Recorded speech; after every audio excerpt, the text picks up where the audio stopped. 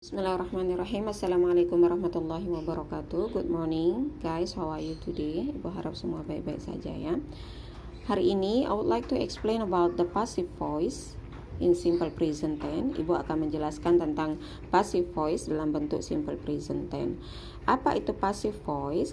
Passive voice is the sentence focus on the object, not on the subject.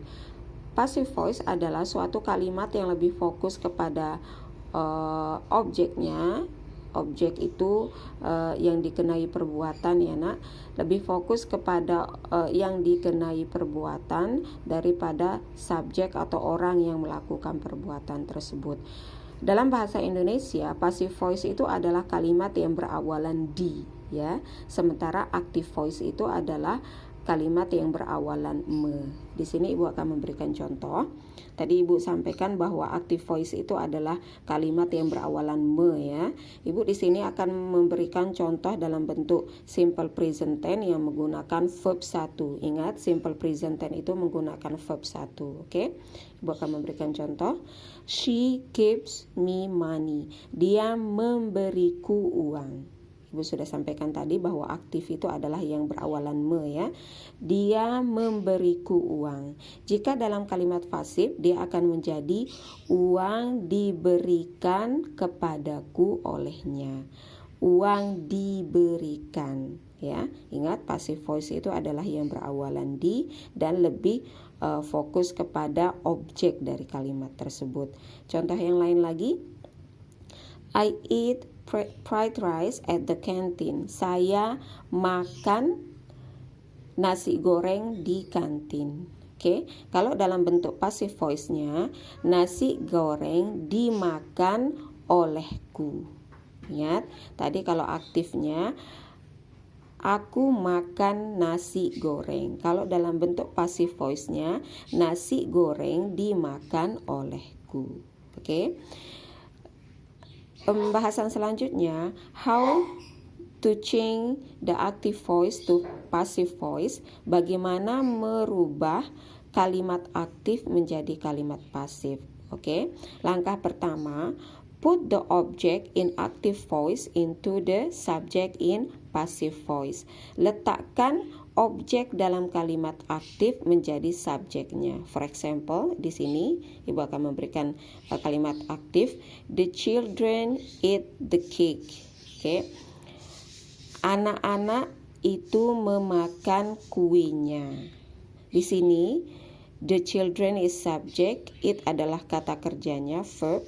The cake adalah objeknya. Langkah pertama untuk merubah kalimat aktif menjadi kalimat pasif adalah letakkan objek menjadi subjek. Di sini objeknya kan the cake, kita letakkan di depan menjadi the cake. Oke. Langkah selanjutnya, put the to be that suit with the subject. Letakkan to be yang sesuai dengan subjeknya. Karena di sini subjeknya the cake, kata gantinya eat, berarti to be-nya itu kita pakai is. Berarti kita letakkan is di sini ya nak ya. The cake is eaten. Langkah ketiga, change the verb into past participle. Ganti kata kerjanya menjadi bentuk ketiga. Oke. Di sini kata kerjanya eat. Karena it ini adalah verb 1, maka kita ganti menjadi bentuk ketiga. Bentuk ketiga dari it adalah eaten.